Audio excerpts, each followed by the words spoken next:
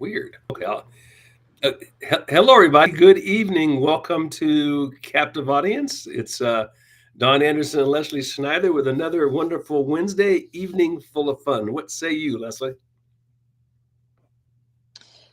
Yeah, it's been quite a week. I'm really excited for some all the great news that we're going to talk about tonight, and some of the funny news, and also kind of looking forward to next week with some of these elections that are coming up in California, at least.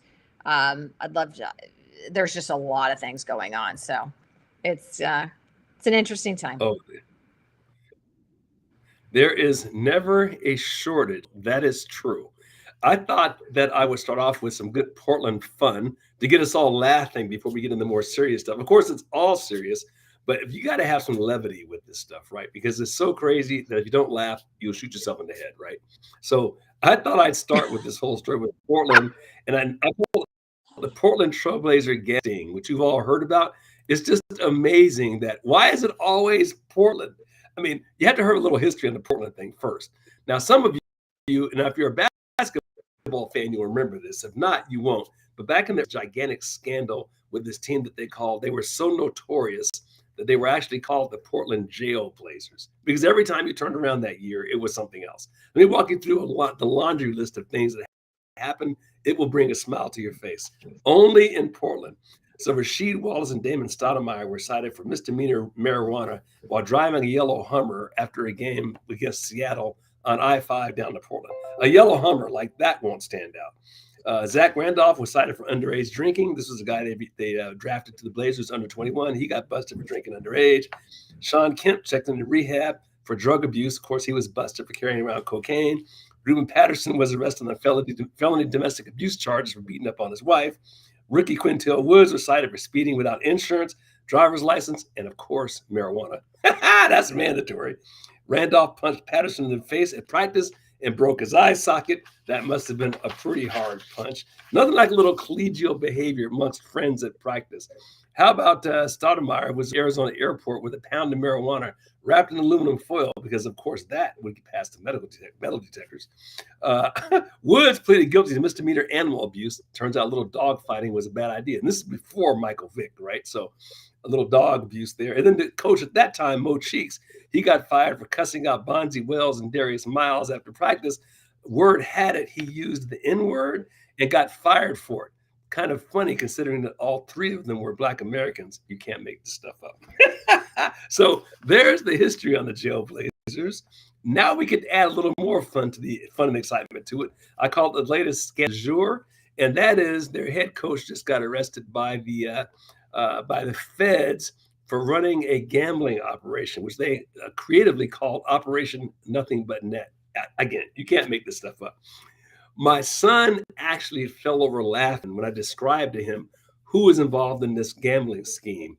The classic Italian mob families that I'm sure you all thought were out of business by now. The Lucchese's, the Gambinos, the Genovese's, the Lucianos, right? Yes, as in Lucky Luciano. You thought these guys were gone in the 70s. We're back. And it had to be Portland, right? What can you say? The mob, like La Cosa Nostra, yes.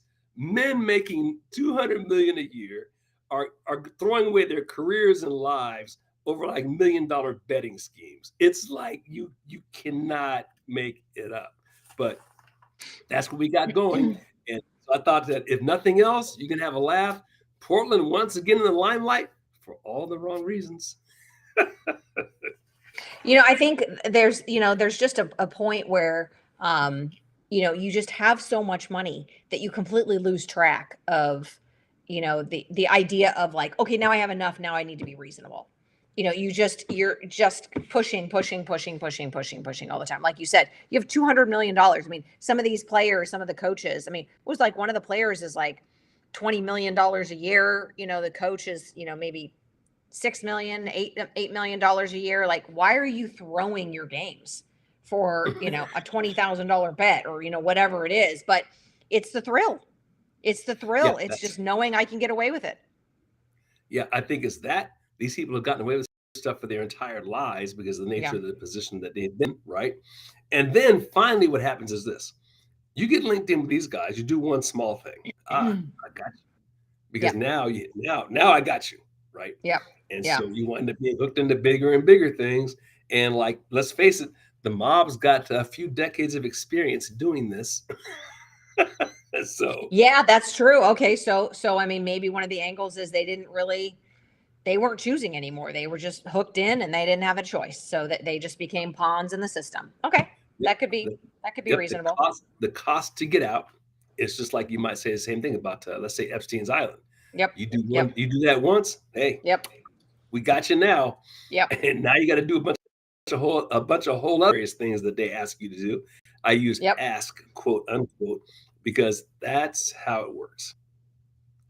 Well, I mean, I was listening to a Tucker Carlson interview, gosh, probably a year or two ago, and he was talking about how, all the people, Tucker like grew up in the upper echelon and all of his Mhm. time, very, very wealthy family from La Jolla. And then he went into media and he was, hobnobbing with all the people, right? All the right people for years and years. Mhm. And he knows and has known every influential person in Washington.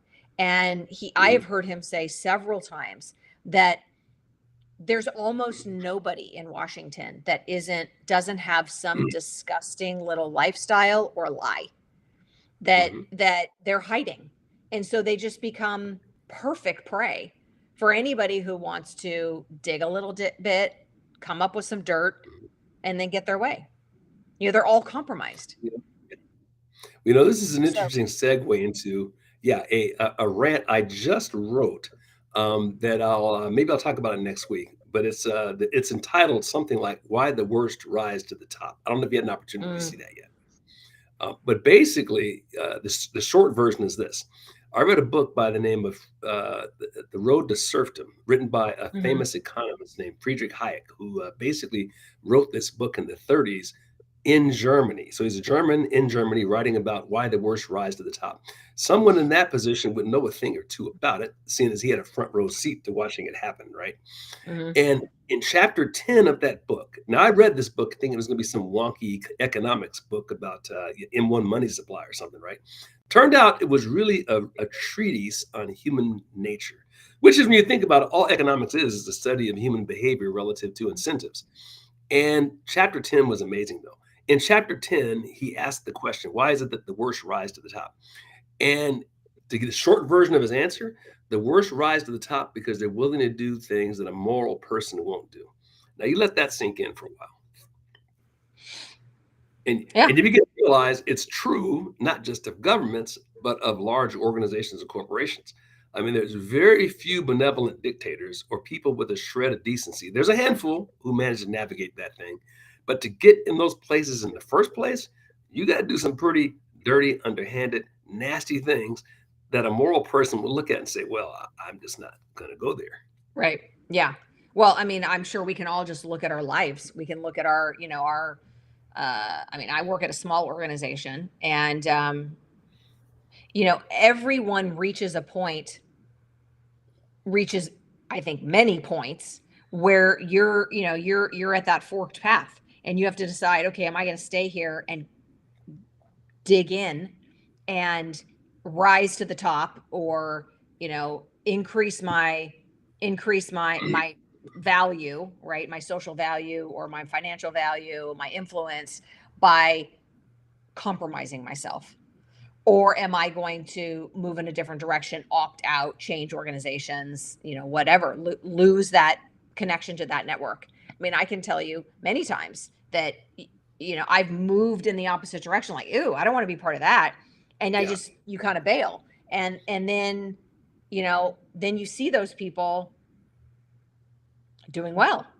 Hmm. They've maybe stuck around and now they're not just, this level in the organization, but they're like this level in the Hmm. organization. I mean, I'm sure we've all worked with them, worked for them, and you think, ugh. And then next thing you know, that person's running the show. And you're like, how did that happen? It's like, well, the people that person was around felt similarly. And they needed to get somewhere. They wanted to get something. And so they all played the game together. Yeah, that was the price But they paid. Yeah, I saw, and I wish sometimes some of these articles I wish I kept. I read an article in Wall Street Journal probably 30 years ago. This is when the editorial used to do decent stuff at the Wall Street Journal. And this editorial was about it was a study on people who had risen to the top. This was after they retired. So they were out. So now they felt comfortable talking about it. And what it was about was their willingness to step on other people to get ahead mhm, yep, and how they had manipulated and positioned things along the way to make sure that if things went well, they yep, got the credit. If they went bad, then this other guy over here, was assigned the credit for the bad thing. And it was just amazing. And these were like people who were at the top of like multiple Fortune 500 companies, and of course it was anonymous, but it was absolutely fascinating. It was just a confirmation of what we all instinctively know, but to see it in a study and have confirmation of that is, yeah, human nature is a wild thing. yeah, yeah, of course. Oh, So yeah, I mean, back to, people that you think like, why would you sacrifice all of that just for that? mhm, Because it's mhm. not just the one deal or the one relationship or the one $20,000, profit. It's an incremental thing, and then they just get lost. You just get lost. Yeah. Yeah, you get But chasing that thing, and you see it. Well, you look at like Hollywood and all kinds of walks of life where people. It's yep, not. It's not about the money at some point, right? The money is a nice tool to help you achieve that thing, but it's not really the money. It's yep, it's the pride. It's the yep, envy. yep, It's the competition, which is just another way of saying pride, that makes these people do these things. We look at or the narcissism. Like you look at the current crop of politicians we have, particularly on the Democrat side. It's like stunning how they're just performing for the camera, and it's obvious. It's not even clever. You look at someone like Gavin Newsom. It's like unbelievable. It's just performance. Or the Ocasio. She doesn't believe any of that stuff. It's just a show, and there's no statement of here's the problems that society has, and here's our solution to fix the problem. There's none of that. It's just calling the other side names, and we got to beat them down, and we're at a war. Anybody use cuss words to show how cool we are. There's no application of reason to anything they do, and I yeah, think that's the worst rise to the top yeah, generally. yeah. No, you're right. Although I don't know if they don't believe it. It's hard to imagine that somebody could be living in a narrative and advancing that narrative with such vigor without actually believing it. I don't know. Yeah, man, I think like Lori Shaw sees it, the flesh. I think you have to go into the supernatural world once you start speaking to this stuff. I mean, how else does a grown man stand in front of a camera and tell you he's a woman? Like, look you dead in the eye and be 100% serious and ready to beat you up if you disagree with him. And we see it all. You saw those Kings protests. You saw all kinds of people like that on the street. And there's nothing rational about it. You ask them a Hmm. rational question, and they want to like fight you. Hmm. Um, Hmm. so it is. Yeah, it's the only way to understand that is to go outside of the natural world. And I think that's demonic possession at some point. Yeah. Yeah. No, I would agree. We had I might have shared this story with you, but we had my kids were younger, like third grade and about to enter kindergarten. And Mhm, the elementary school district had adopted yoga as their PE program mhm, about a year prior to me moving into that district. And so, because I wasn't there completely, I'd heard about it, but I hadn't really been informed or hadn't taken up any real mhm, interest or fact gathering mission about it. But then when I started, when I was looking at the district, I started to get informed. Like, what's yoga all about? mhm, And is the argument was yoga is a religion, it's a practice of religion. That was the argument on one side. And schools are not allowed to advance a religious position, so this can't be mhm, allowed. And then the other side was yoga is just exercise, it's just mindfulness. It's you mhm. could fill your mind with any thoughts that you want, when you're doing these physical movements, and it's fine, it's good for you. We know better, it's fine.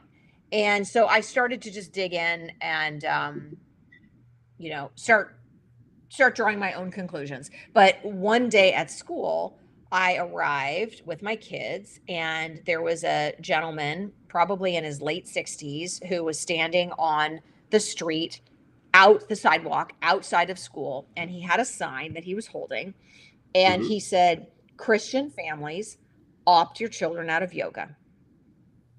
Okay. That's all the sign said. Mhm. And the people, the moms in yoga gear, pushing strollers, who surrounded him and hollered at him, Mhm. I immediately saw the demonic nature of this issue. Like, I didn't need to see anything else. I just saw, this whole idea of, like, no, yoga is peaceful, it's calming, it's centering, it's beneficial, it's healthy, it's all of these, peaceful, loving, affirming, strength building. It's just, it's this magical elixir, right? Mhm. Was in complete contrast to the actions of the people who were supposedly following this peaceful, loving, amazing, empowering practice. And I just, like, I saw the faces of these people, and I, like, beelined it to my car, and I just instantly started praying, like, Well, it's a here's this my sweet little grandpa standing on the street corner, not telling people in an angry voice, "Get your kids out." He Mhm. was like, "Christian families, opt your," like, it was a completely reasonable request, right? To a subset of people. And the response was demonic. Well, that's the whole thing. It's yeah. It's what was the old adage? By their fruit ye shall know them. What that old Air Force adage. When you start catching flack when you're over the target. Yeah, so, right, so, right. now, I mean, a It's very rational informative. response instead of explaining. Well, hey, explain to us why you think that. I've heard that same sort of thing. By the way, then explain why. That would be the rational thing to do. Um, and I certainly am no, I have no expertise in the theology around that. I mean, I've heard that same thing before, so I'm not going to go there. But yeah, it's a reasonable point worthy of debate and discussion, which these crazies don't seem to be willing to have. And this is a great segue. And I just sent this on the chat. Now you can't see this. We talked about this earlier, Leslie, though, and that is these cartel members talking about the demonic female cartel member, La Diabla, busted for running horrific baby trafficking and organ harvesting ring. Now, these are the things that the average American citizen can't get their arms around, and the national press don't report it. But this is what's going on with a lot of this illegal immigration. So this woman was running a cartel in Mexico. They call her, what is it? Let's see. Her nickname translate La Diabla, which The means devil. she devil. Yeah. Yeah, The devil. allegedly lured poor pregnant women to remote locations where she would perform illegal C-section operations, often killing the women. She would then harvest the dead mother's organs and sell their newborns to U.S. couples for up to 250,000 Mexican pesos, or roughly $14,000. So get your arms around that. Not a man, by the way, but a woman, which to my mind makes it even more horrific, is willing to do this to other women, harvest their organs, steal their babies, and sell them. I'm talking uh, uh, you know, pre-civilizational, second century BC, Old Testament action going on here. Yeah, that's wild. That's Yeah. why we need to put the kibosh to illegal immigration and build a freaking wall as massive as you can get it, because that is what we're trying to get. When a country loses its culture to something like that, we're done. And that's it. Well, the fact that she had, she wasn't some small operation, right? This was a well-established cartel member, cartel lady boss. I mean, I'm sure she was bringing in a significant portion of revenues. And Oh, but I mean, this is what the abortion industry does too. well, sure. No, there's no question about it. Right. I mean, there's money to be made. I mean, organ harvesting, This you is what know, the trans movement does. You know, sure. everybody is a source of revenue. Mhm, Everything is an opportunity. mhm. And when there's no morality, why wouldn't you? I mean, you know, can't you just hear the argument, in favor? These are poor women who, can't possibly fend for themselves, and now they have a baby. How are they going to be able to provide? This is an opportunity for this woman to, provide a safe and loving home for her child, and we're just going to make that decision for her. Right? Right, That's what the right. abortion industry, argues No, all the time. that's 100% true. And in this case, well, how do they justify killing a woman and taking her organs? I guess that's justifiable, huh? Well, Well, I well, guess. that's just pure profit. But I mean, Yeah, you just so the same people who argue they hate capitalism, right, are pro-capitalism when it comes to harvesting women's body parts, and killing their children and then harvesting their kids' body parts. It's just stunning. And then you have a medical establishment behind it because they can use it for research and all these other good things. So wealthy people can buy their ways to they can extend their lives by taking the body parts out of like harvested children. It's it is. I'm pretty certain this is the reason why Sodom and Gomorrah got roasted. it's one of the reasons. Right. Yeah, exactly. There's some things that just are It's non-recoverable. it's And certainly why the earth was cleared out once, one time already, but I mean, God is so loving, even the ones he saves, are still dirty rotten. I mean, Noah was found in compromising positions, I mean, Lot, you know not exactly, father of the year, right? yeah.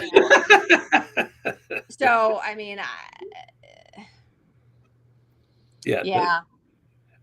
I think maybe the overarching point is that at the end of the day, um, uh, you have to have a moral code that the majority of the population is in alignment with. I didn't say perfect alignment. We're never going to have that, but we have to have reasonable agreement on that. And if you get too many people too far off that, it cannot hold together. And when you're dealing with stuff like this, and the entire party, the second party, is unwilling to even prosecute, slow down, stop Yeah. this sort of thing, Yep. because, and let's get to the because part. The because part is they need those people here so they can buy votes. That is the 100% the only reason that they're doing this stuff, which is probably a great segue into the whole SNAP thing, which I know you were going to talk about. Um, Yeah, yeah. So Snap's going to shut down. No more food stamps as of midnight. So 12:01 on November 1st, Saturday morning. We're no more food stamps, and Trump has been asking for the immigration status of 42 million people that we have on food stamps. 42 million. So the country's what are we, around 300 million? We're 350 million or so, right? So that's got to be around 15% of the population. I'm just Yeah. rough calculating in my head. So 15%. Then what percentage of them are illegals? Right. So, Trump has been asking for the immigration status of all of the SNAP recipients. If you don't know what SNAP is, good for you. CalFresh, it's called CalFresh in California because they want it to sound trendy, Yeah. like, okay. And the 20 blue states are suing. The AGs are suing and saying, we're not going to provide you with the immigration status of our food stamp, beneficiaries. Well, why not? What in the world? And so here it is. Here we are. And where SNAP is shutting down November 1st, and it's going to get super, super ugly. And there's going to be real honest people who are suffering. Yeah. Now, see, this what you described is true insurrection. So the federal government has asked you for a completely reasonable request within the law that states have to comply with, and they're refusing to do it. So the whole concept of sanctuary states is, of course, by it in and of itself, insurrection. Um, So they're unwilling to abide by federal law, which is precisely what the Democrat states did when they started the Civil War back in Yeah. 1860. They decided that we were going to have slaves in spite of the federal government, and so we had to go to war over that. Yeah. That's what they're looking to do here.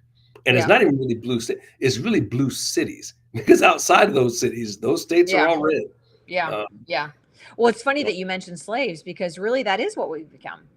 We have mhm, become a culture of slaves and masters. mhm, You know, those who are the taxpayers are the slaves. yeah, And the right. grifters, in political office and, the grant recipients, Mhm, those people are the slave masters. So, how dare you question the slave master? How mhm. dare you, start to agitate and, actually ask for, some sort of, consideration. So yeah, I mean, I love that, the Department of Agriculture has put it, right there on their website that, um, the reason why the benefits are shutting down is because the Democrats have voted 20 times to not fund the federal government. I mean, they are putting it right in the Yeah, laps of the people who are responsible for this. And, mhm, people all over social media are, are talking about it. Like yeah. they are, it is becoming very, very clear to people that these elected officials care more about non-citizens than they do about citizens. Yeah, well, and more to the point, I don't even think they care about them. What they care about is getting elected. And if putting money in the pockets of illegals is the best path to keep them in office, then that's what they're willing to do. But Um, I yeah. mean, I have, I'm challenged by the question of who is really benefiting because while yes, of course, illegal illegals are getting food stamps, they're getting benefits, that's not really, it's not like those people are turning into middle class or upper class people. Those are not the real recipients of the true benefits, right? The real beneficiaries are the nonprofits. They are the influencers. They're the grifters, Oh right? well. Well, Who see, are running the programs I think that benefit these people. all of the above. Plus, remember, if you're getting these goodies, let's say you're an illegal immigrant, it's a better life than it is to go back. So it incentivizes you to stay here, which is remember what the Democrats want. And there's a couple of reasons for that. Number one, for the voting, but number two, even if they don't vote, remember they're counted in the census, so they contribute to the number of electoral votes that a state like California gets. So they count the total number of people. So California is getting a disproportionate share of the electoral votes just from that alone. So let's say you're Idaho. Let's make that up, and you have very few illegals in your state. You are getting disproportionately harmed by the fact that California is getting more votes, more electoral votes than it deserves, because they're counting not just citizens, but they're counting illegals on top of that. That's another reason why. So it's in the favor of the Democrats, the way they see it, to keep as many of those people happy in here by giving them goodies so that they can keep more electoral votes, if that makes sense, right? Yeah, So yeah, that's a yeah, component of it, along with everything that you just said. The grifter class, all these so-called helping organizations get all these grants, that's their business model. You don't like kill off your business model by fixing the problem. right. Yeah, yeah. So anyway, so that's what's going on. So then, more corruption in California. So Gavin Newsom is, alarmed. Well, first of all, Gavin Newsom and his Dem cronies have decided that they don't like the number of seats that Republicans look to be getting very soon. And so they've decided that they need to gerrymander in California. And what they have done is they've come up with Prop 50. Prop 50 is going to disband the independent districting commission, which was voted by California voters a decade ago, I guess. So this is a apolitical organization that is supposed to be looking at the boundaries of all of our districts. We voted, it passed, it's been working just fine. Mhm. Well, that doesn't provide enough Republican districts. So Gavin Newsom and the Dems have decided that they need to abolish this independent commission. And the only way that they can do it is by going back to the voters and having the voters overturn it, because it was a voter initiated effort.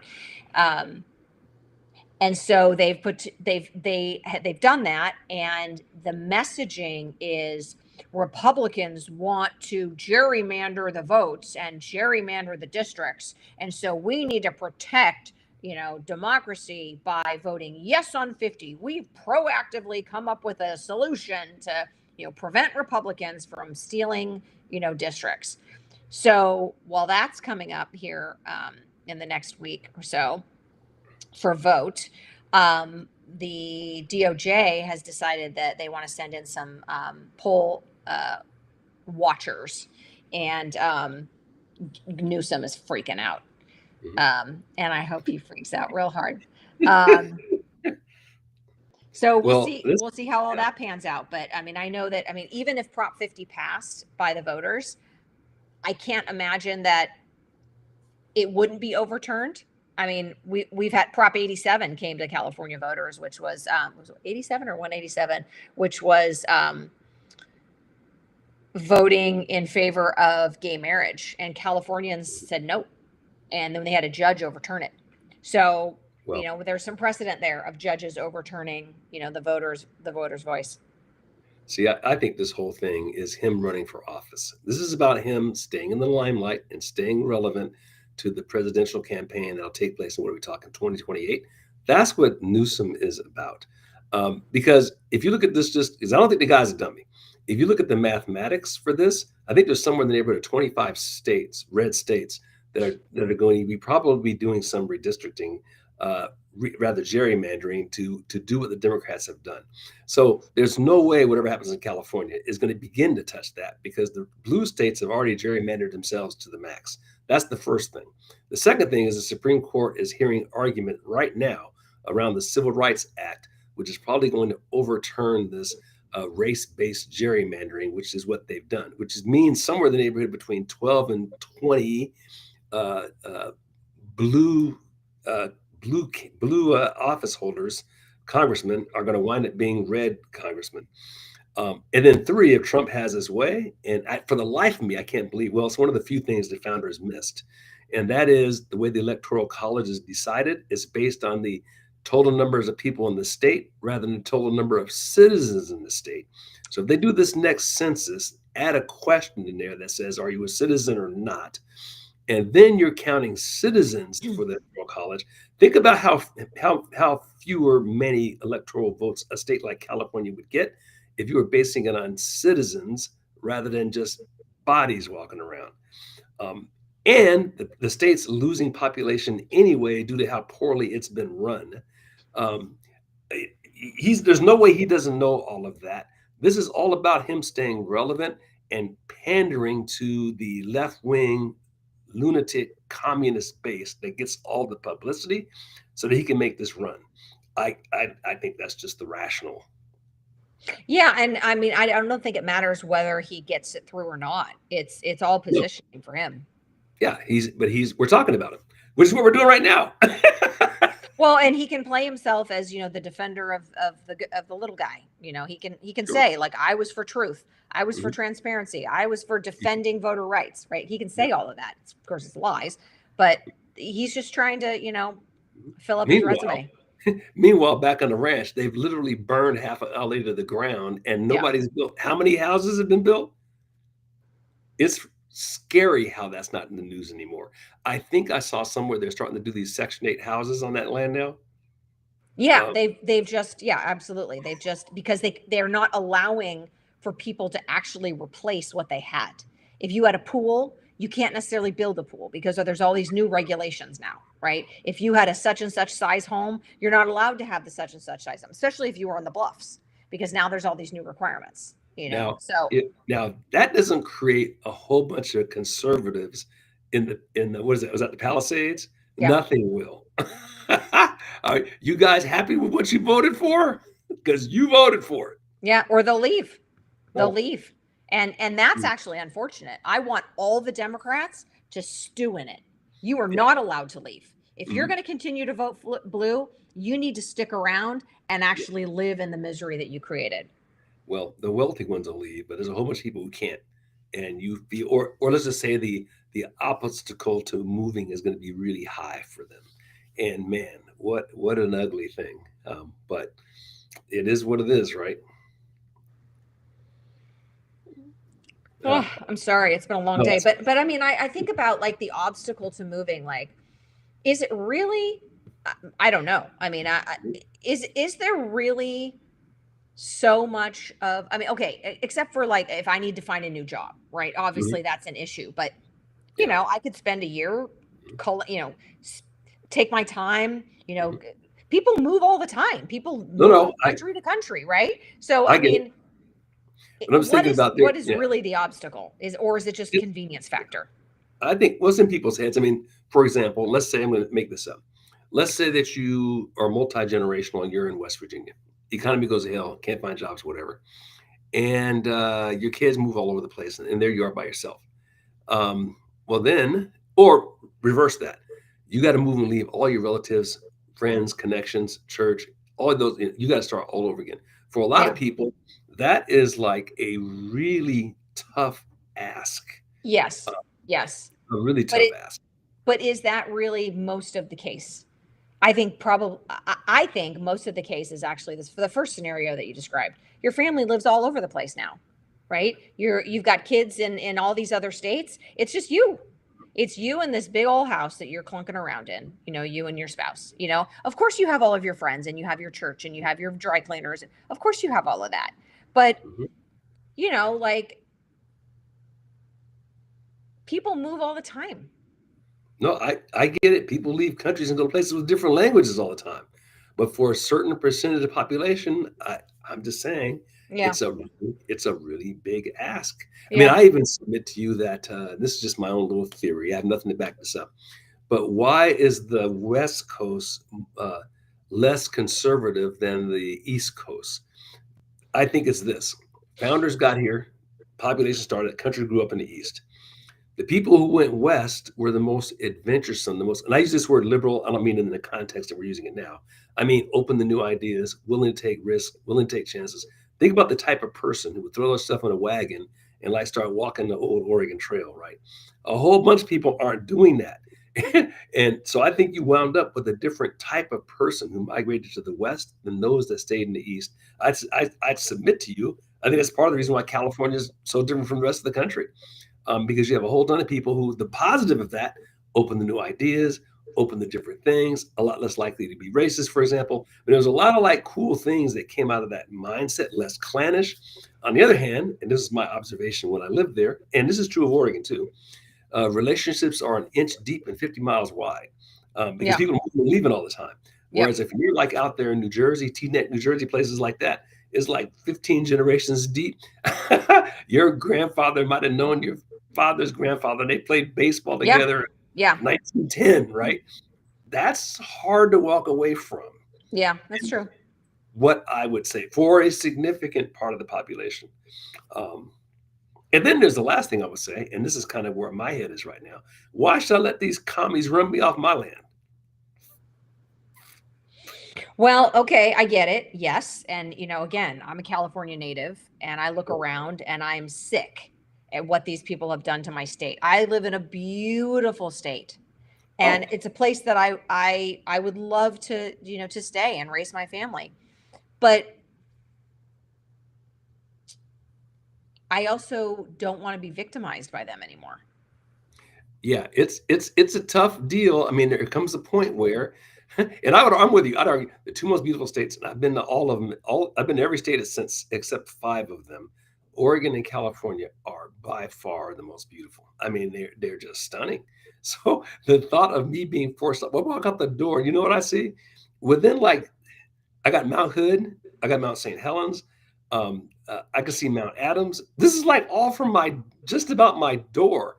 The Yeah. 10th biggest river in the world is like walking distance from me, the Columbia River, right? Evergreens everywhere. I mean, it's that deer walk down the street, like ran into a deer the other morning riding by. It's like that's the Northwest. Wow. Um, And when I lived in, of course, I lived in Oceanside. It was the same sort of thing, except it was dolphins, right? Yeah. So the And West, surfers, stone yeah, surfers. yes, exactly, exactly. There's that too. But the West is best, which is why these, and it's unfortunate that that's where these people gravitate towards. So for me to walk away I from that, know. that's It's difficult. hard. It's hard. It's like, why do they get to win? Yeah, How come yeah. they're winning? And, You and, know? and we don't have to let them. We hadn't even begun to fight yet. So I'm kind of reminded of. Do you remember the scene from the movie The Patriot? There was a scene where he went to the star, Mel Gibson. He's in not their Congress, but the city council, and they're all wanting to go to war. And he, of course, had fought in the Indian Wars. So he steps in and reminds them of what this is going to be like. It's not going to be over there. They're going to be in your front yard. They're going to be in your house. They're going to be slaughtering and killing, and he's just like trying to keep it real. He's trying to explain that to his son too, who's so itching to go join this fight. No, it's not this glamorous thing. Um, and that scene just makes me think. Now we're not being called yet to do anything like that. Uh, so at a minimum, we should have the courage to use our words while we can. Yeah. And if we do use them, we may never have to get to that. Yeah. We're Well, in this position we are now because we failed to be blunt. We failed to do our job of evangelizing, to put it in Christian terms. We let these people, I mean, we collectively, we let the satanic left just run wild. Whether yeah. it be no Bibles in the school, that's okay then. Contraceptives to your daughter behind your back, that's okay then. Abortion clinic down the street in the neighborhood, okay, you can do that too, right? We just keep letting them just do crazy stuff without ever standing up and saying no. And now we're saying no because our backs are to the wall. Well, because we have nowhere else to go. I mean, for so many of these issues, you thought, oh my God. All right, like you said, okay, fine. But I can just choose not to go to those places, listen to those conversations, right. Whatever. Like you can turn away from it and still have a full life. But I will tell you that, I mean, I was sitting in an airport in San Francisco. Anyways, I was traveling for work, and I was talking to somebody who was also traveling, and they said, "Oh, you're from California? How wonderful! Blah blah blah blah." And I said, "Yeah, I mean, it used to be really really wonderful, but." And California used to be so open, like everybody could talk and everybody could get along. You could have different positions, but it was okay. And I said, boy, it's become so incredibly like myopic, one-sided. And the guy was like, yeah. And he was totally expecting me to say something different than what I said, which is, yeah, unless you have a democratic point of view and you buy into absolutely that you're just excluded. You're pushed out of the conversation. They have no tolerance for you, and you could risk everything. And the guy was like, I mean, he thought I was going in another direction. He thought it was conservatives who were the problem. And I was like, yeah, I've spent my entire life living in this state, and I can tell you how it's changed. It's not good. Yeah. Yeah. No, it's what he calls it. But that's what we need to start. We need to start telling that story more. Because people keep thinking like, oh, it's the Dems who are tolerant. It's the Dems who are open. It's the Dems who want conversation. And no, it's not actually. And, well, it's become self-evident that that's not the case because look at how they behave in front of the camera. I think the citizenry. So there's the engaged citizenry who'd be people like the folks listening to something like this who get it. They're thinkers. About 25% of the population, not a problem. Is that next 50% that are the ones who are kind of sitting on the fence. And for them, they're not going to take, for a variety of reasons, they're not going to take the time to think on their own. So they have to be hit over the head with a baseball bat before they finally see it. And they've been getting hit over the head with that bat. And now they see, for example, how these people have responded to the shooting of a young father with joy and glee. And most of the population is not down with that. And they've seen with what happens when you take the police off the street and all the riot, rape, and killing. And they've seen what happened to DC and now Memphis once you just simply enforce the law. They saw that it was a giant lie that we couldn't enforce the border. Man gets in office in 30 days, the border's under control. So they see with their own eyes. We no longer have to use our intellectual prowess to persuade them. If you stick your hand on the top of the stove, you wind up getting burned. I don't have to explain to you the mechanism by which you get burned. Right. That's the thing operating in our favor. Unfortunately, we all have to get burned to a degree if we allow ourselves to have that happen. What's that? Experience is the best teacher, but she's also the rudest teacher. And that's you'd rather not have to learn by experience. I'm Yeah. kind of Yeah. reminded of that biblical thing was that, we're supposed to admonish the sinner. Well, what happens is if you don't do that, then these are the secular punishments that we all get from not doing it. Those rules and laws were established not just for heavenly virtue, but so that you can live together. And we haven't done our part, which is why we're getting clocked over the head with everybody else. And I'll say one last thing. I remember thinking long ago, oh, that's just some more crazy stuff going on the college campus. I don't have to look at it, I don't have to deal with it.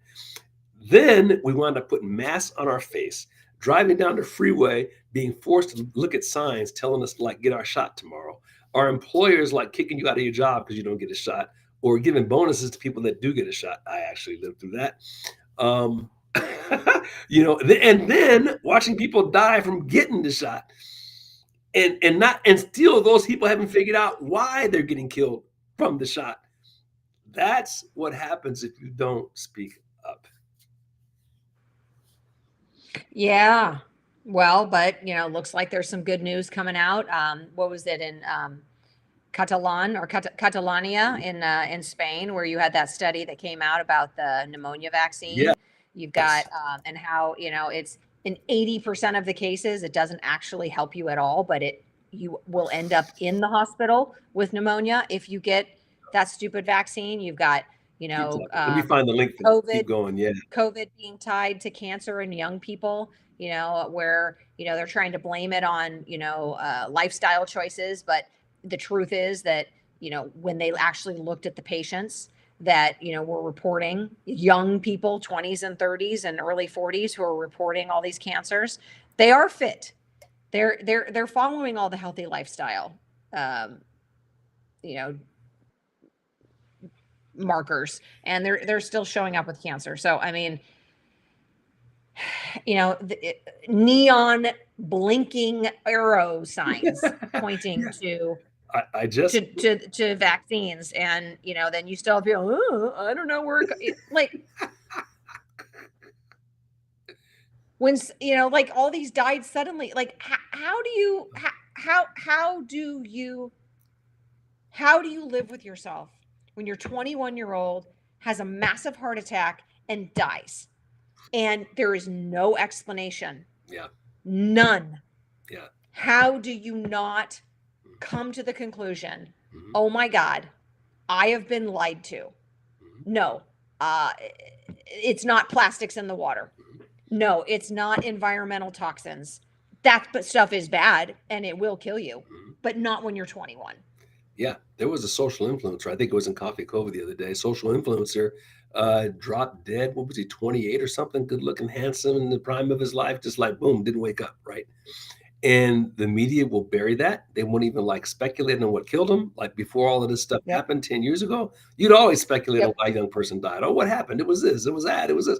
Now it's like, just gone. We don't know why. That's it. No, these young athletes, Uh, heart exploding on the field. Nobody cares. yeah. Huh. Yeah.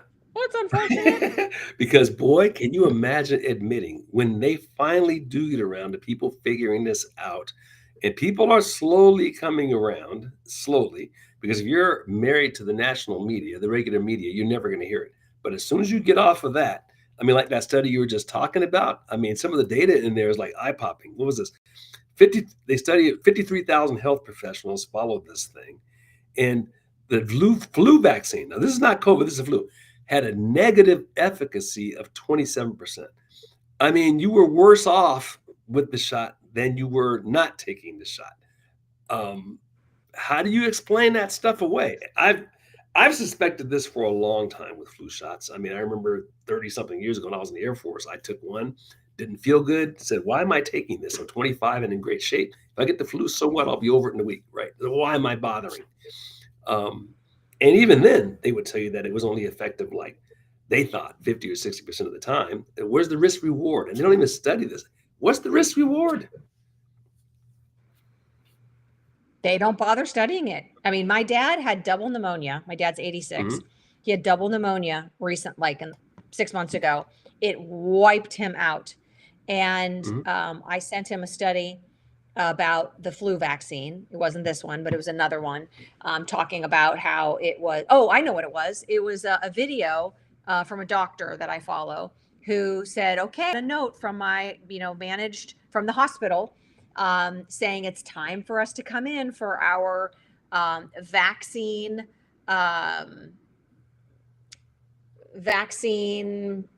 orientation. And he was like, but I thought I was just going to get ahead of the game and I'm just going to open up, Mm-hmm. all the side effects, all the details, all the fine print. And we're just Mm-hmm. going to go through, what is the efficacy? What are the long-term side effects? What are the Mm-hmm. short-term side effects? Are there any black box warnings on this? And he just read. And it was like, what are the ingredients? Oh gosh, we were all told that there was no mercury in vaccines anymore. But let me just look at this. Turns out there's 3 forms of mercury in here. It was like, so there you go. There's your little PSA for the day, folks. Yeah, it's And so like I sent that whole thing to my dad and he was like, well, too late. My doctor recommended that I get the flu vaccine. It's like, I'm not going to change my 86-year-old dad.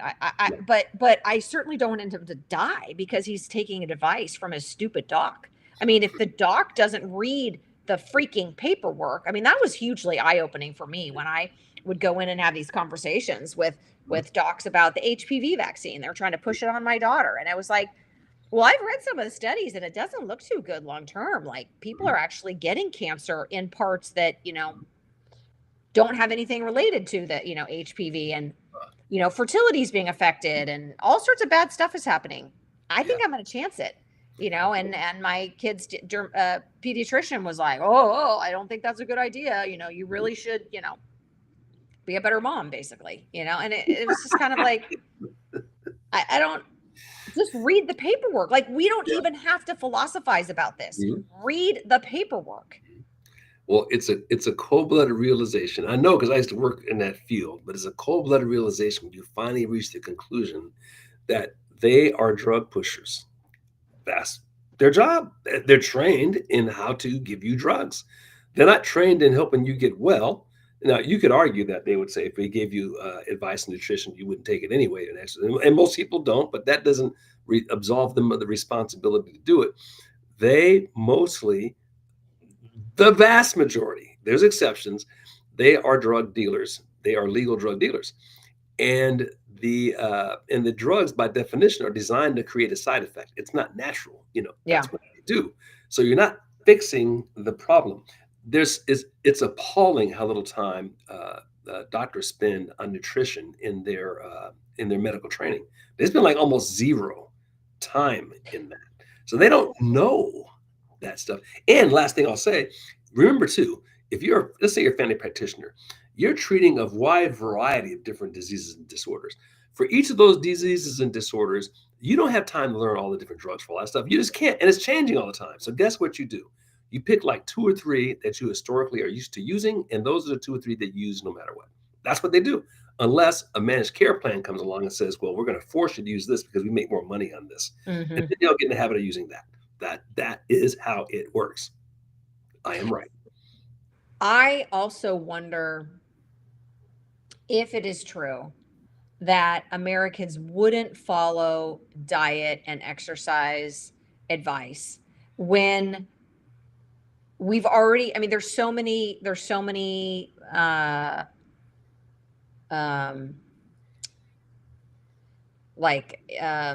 manipulations in that. One, we've got fake food that's spiking our blood sugar, that's, making us fat, that's making us lazy, that's, affecting all sorts of things, right? And then of course, the more body fat that you have, that is affecting your hormones, men becoming environmental toxins. Like, I just think that there's a lot of factors in play.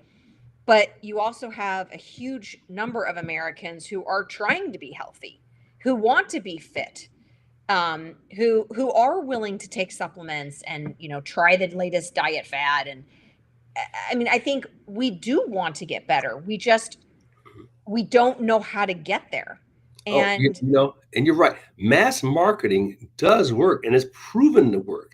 Otherwise, they wouldn't do it. Remember the Smokey the Bear campaign when we were kids? Hugely effective in terms of reducing forest fires. Remember the crying Indian commercials? Hugely effective in terms of like not littering and taking care of the environment. Think about the anti-smoking stuff. Man, smoking is like seen as like people look down their nose so bad at you for smoking. When we were kids, everybody smoked. Doctors smoked. I remember going to the hospital. My godfather was in like the whole lung cancer oxygen thing with the bag over his head, and there were ashtrays attached to the wall in the hallway, so the doctors would put out their cigarettes before they went in. I vividly remember that. I was like 8 years old, right? And they didn't smoke in the room because the gas might blow up, but the doctors could smoke everywhere in the hallways, right? So they think about how far we've come with regard to that. Smoking on airplanes, I don't know if you're old enough to remember that. I oh remember yeah, smoking on airplanes, a oh smoking yeah, section on the airplane, right? right, So, right. yep. So these things can be changed. There's no question about it. But right now, the let's just say the incentives are not aligned for them to want to do it. The smoking didn't change until the cacophony was so loud that they absolutely had to. I mean, up Yeah. until the late 60s, you had TV, they were trotting doctors out. 9 out of 10 doctors say smoking a filtered cigarette's like fine. You wonder about the credibility of those doctors, like 5 years after that when they pulled all those commercials. But they literally had TV commercials. I remember them. 8 out of 10 doctors says, you name the cigarette. Camels are great for you. What do you call it? I'd rather fight than switch. So great. They were some great commercials, you have to admit. Yeah, yeah, but and again, the cigarette companies knew that things weren't exactly they knew how dangerous it was and they did it anyway, Oh, yeah. but It's yeah, brutal. So they took their business model to South Korea, where yeah. now like 95% of the population smokes. You gotta love these guys. Wow. Have you been watching some of the drug commercials that have like Sky Rizzy, and all I don't even know what Sky Rizzy does. I think it's for a skin condition, but um, you know, ever since RFK Jr. came out with the new requirements, with the new, Mhm, that said like you have to state the side effects, mhm. that of your drug, in your commercial. It has to be like I don't have regular TV, but I'll see them online, and the commercials are totally different now. It's not so many happy people, you know, and it's a lot of talking. It's Yeah. Well, you can't have a 30-second commercial when 25 seconds of it is side effects. Yeah. No, every now and then I get tortured by those commercials. When I visit my mom, who's 92, and she watches all that stuff, and it's like, well, I'm stuck. I gotta watch it. I do get some Judge Judy in though, so it's not I all was just gonna say, and the Judge Judy too. bad. Judge Judy makes it worth it. Because girlfriend don't play. My mom loves Judge Judy. She'll call me and she'll be like, Leslie, I just want to tell you about something. You have to remember to do blah, blah, blah, because Judge Judy says, when you buy your car insurance, you always have to make sure that if she's always got some weird thing that, tip she learned from Judge Judy. I'm like, okay, mom. Oh Okay. my goodness, I love it. Yeah, man, my mom's got to talk to your mom. They got to share some Judge Judaisms. My dad's like, okay, here she goes again with the Judge Judy. Yeah, yeah. Like, If you're born after 1940, you just don't get it. All right. Well, we have burned our time. Sports fans, it is always a pleasure. I hope you all had a good time, as obviously Leslie and I did. we did. And America number one, go America. Keep America great. Keep doing what you do. And with that, we'll say good evening. And Leslie, don't end your stream. And that way you might be able to stay on and we can fix this other Oh, thing. okay, great. That sounds good. All right. Thanks, everybody. Good night, everybody. Let's see. Are you still there? Yep. Okay. So I think if you're looking at the same thing I'm seeing on the right side, you'll see are two circles, and then it says design, captions, QR code, all that kind of stuff, right? Do you see any of that? No, all I see Huh. is let's see if I could was it Shift Command 3? No. Mhm. Shift Command 4. Okay, that's how I can. So da, da, da, da, da.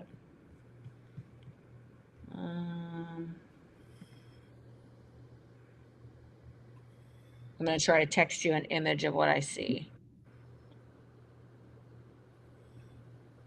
Message. Or you send me a text? Yeah, do you have an iPhone? Yeah, I do. Let's see if this thing will pull up. Of course, remember, I am a ignoramus when it comes to technology. So, and I might have to get Kevin to help me figure this out. But so did you already send the text?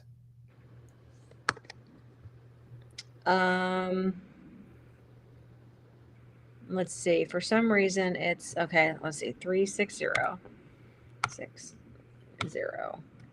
839 0047. All right.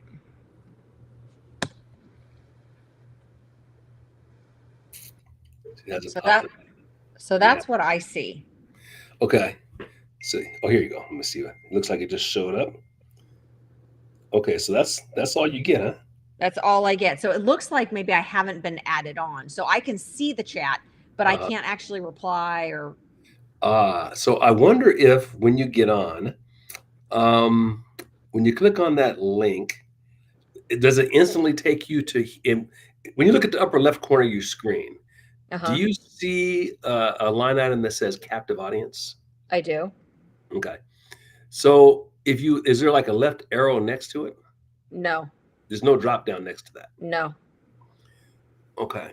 Because what should happen is there should be like a drop down, I think that's available to you that allows you to go into and then you're inside the same space I'm in as a host. Like yeah, I think I'm like a guest. Okay. Yeah. So so let me touch base with Kevin and get that figured out in terms of how to add you in so you see the same things I'm seeing. And I'm sure it's some small little trick that just needs to be done to do that. Okay. Yeah. I'm going to send you another screenshot. Okay. So 360 839 0047.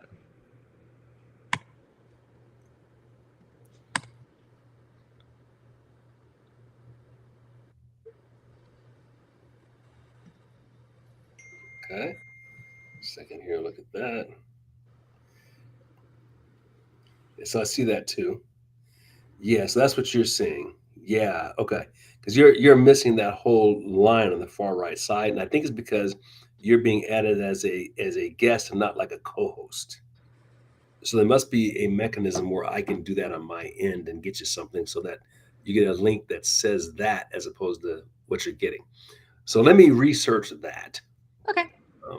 And we'll get it fixed. You see the commentary for Suzanne Fisher. That felt like a great show, by the way. Oh, that's right. Are you seeing that? It says you two are great. You two are great together. So I think the audience is genuinely. I like to look at this. The audience is genuinely having a great time, and you can kind of feel it. That's I think that the magic to this whole thing, Leslie, is I think the vast majority of the population doesn't have these kinds of conversations. When I used to work with Maureen back in the day when I was a sales manager for her and about 12 other people. And we would get in the car about 25% of the time was technical discussion, and all of that, how are we going to sell this guy? How does this drug work? Blah, blah, blah. But the other 75% of it was like stuff like this, just like life stuff. And we began to gradually realize, wow, people don't have these dialogues. I mean, me and my wife have had these since we were like 19 years old. And then we had them with our kids, and we made it a point to have it with them. We got conservative publications. They see them laying around, so they'd read them. We watched conservative stuff, and then we'd watch stuff like Milton Friedman on the Donahue Show, like recordings of that. And we get the regular newspaper, which was super liberal, and we'd give them the article, read that and tell you what you think, And they would say, well, that's BS. I'm like, you're learning, young Jedi. Right? So we've just been in that soup. But most people aren't. So this is like people getting to ride in the car with me and my sales rep. That's what this is. Like when me and Maureen would have these conversations all day Yeah. long, and they were like Yeah. fun. Yeah. And I think that's why people love it because they don't get it anywhere. I'm talking conservatives don't get it anywhere Yeah. else. Well, and we're not out there, hammering things and being angry. I mean, we're really just having a conversation back and forth and bringing things up and joking with each other. And, it's like, it's just a regular, friendly conversation. So, sometimes People I love worry it. like, oh, I should have more data. I should have more articles. I should have more this. But then it's like, but, I mean, the truth is like, I'm a busy professional. Like, I don't have the time to do 3-4 hours of show prep. I'm collecting things throughout the week, but that's Yeah. how most people are. And that's the It's like yeah, we're reading our Instagram channels and we get our articles, but it's like, if you want something like detailed and deep, go right. listen to Tucker Carlson, or go listen to right to go watch a documentary. But I think you're right. Like, if we just keep it easily digestible, but Mhm.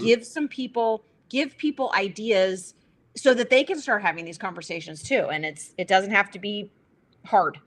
Yeah, because the thing is, Leslie, all those pointy heads. I'm not making fun of when I say that the pointy heads do the research or whatever.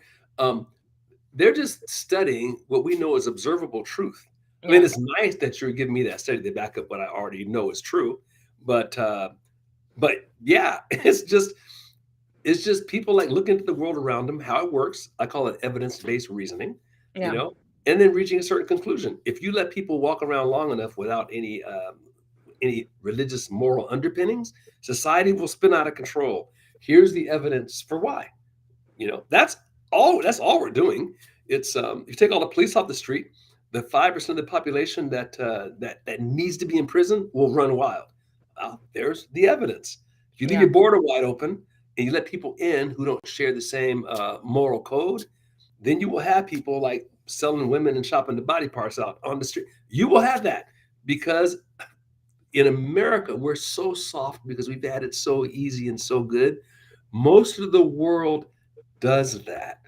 And it's so hard for us, especially when you're raised in the bosom of like the wealthiest society in history. In fact, I intend to write about this because I think this is so fascinating. George Patton, George Patton drove the press nuts back in the 40s when he slapped a kid for basically not, granted, it was over the top for cowardice. You know that whole story, right? No. About so brief story. So George Patton was like probably one of the arguably greatest generals we've ever had. In World War II, the one general that the Germans were scared of, George Patton. They did not want to deal with Patton. Patton was an ass. And so he had a couple of kids who now what we would call it having what's that syndrome where you get freaked out in battle? Uh, the syndrome people come back from war and they kind of lose their minds. Oh, PTSD. PTSD, and freaked out. And he was in the medical tent and didn't want to go back to battle. And Patton was in the tent rewarding all these soldiers who lost his arm, just lost his hand, lost his foot. Comes this guy like, what's wrong with you? I don't see anything wrong. The guy's like, like freaked out. And Patton took his glove off and started slapping him until it called him a coward. Kind of, you don't deserve to have the honor of being in these tent with all this. Well, the press saw that and went berserk, and they forced Eisenhower to essentially like take him offline for a while, which of course made Wow. him totally happy. The reason I bring the story, and he was always doing stuff like when he got to the Rhine River in front of all his troops, he like unzipped his pants and took a leak in the Rhine. That's what I think of the Germans. I mean, this is the kind of guy he was. What was his famous speech? He was like motivating the troops. He says, I don't want you to die for your country. I want to make the other poor SOB die for his country. And I want to take the Germans' guts out, and we're going to use his intestines to grease the skids of our tanks. The reason I'm bringing this up, in a really nice, wealthy society, we want to put those animals in a cage and never and never talk about them or see them. But your society is able to exist because of those guys. You Right. have to have them. Do you remember Tailhook back in Yeah. the when they got in trouble? Okay, they Yeah. gave all those Navy pilots. You know what though? And I was in the Air Force when that happened. Like, why the hell are they raising it? That's what those guys are animals. You have to have guys like that. I'm not justifying what they did, whatever came out of that scandal, What I'm saying is you can't have choir boys flying an F-16. Crazy guys do that stuff. I knew them. You had to be sort of like up here to do that stuff. You got the General Sherman, burnt Georgia to the ground. Yeah. You need guys like that. And in a wealthy Western democratic society, we don't want to like have our fingers dirty talking about them. Yeah. Yeah. I remember Schwarzkopf gave a talk during the whole invasion of Kuwait, and the press was horrified because he was motivating the troops and he dropped a couple of F-bombs. Oh, how could he? Oh no! Oh no! Like we're getting ready to kill people. We can't cuss a little bit. They're soldiers. Right. Yeah. So anyway, Wow. we have to have we have to keep them tame, and we have to keep them on our side. That's for Yeah. sure. But Yeah. boy, you better have them. You know. Right. You That's better right. have 'em. Right. That's right. Anyway, because if you don't, the Stalins, the Hitlers, the Ceausescu's, the the true lunatics, the Lenins are coming for you. Anyway, that's a great conversation right there. We should have that on our. That's a great rant. Yeah. Yeah. Uh, Yeah. There are crazy monsters, versus the other side's crazy monsters. Like we need our own. Yeah, we need them fighting for the right cause. And if you go back to Christendom, I mean, you look at the Battle of Malta, Battle of Lepantos, the Knights Hospitaller, that's who they were. 500 knights holding off 30,000 Ottomans. What kind of guys do you think they were? You want to like surrender and we'll let you leave? No, cut my head off. I'd rather die first. What kind of animal is that? That's right. That's right. We better have them. Yeah. Anyways. All right, Well, sir. that was a hoot. Well, you have a great evening. I'm going to go find something to eat in here, maybe a glass of wine to take this coffee taste out. There we go. Counter this coffee. All right. You take care. We'll see you next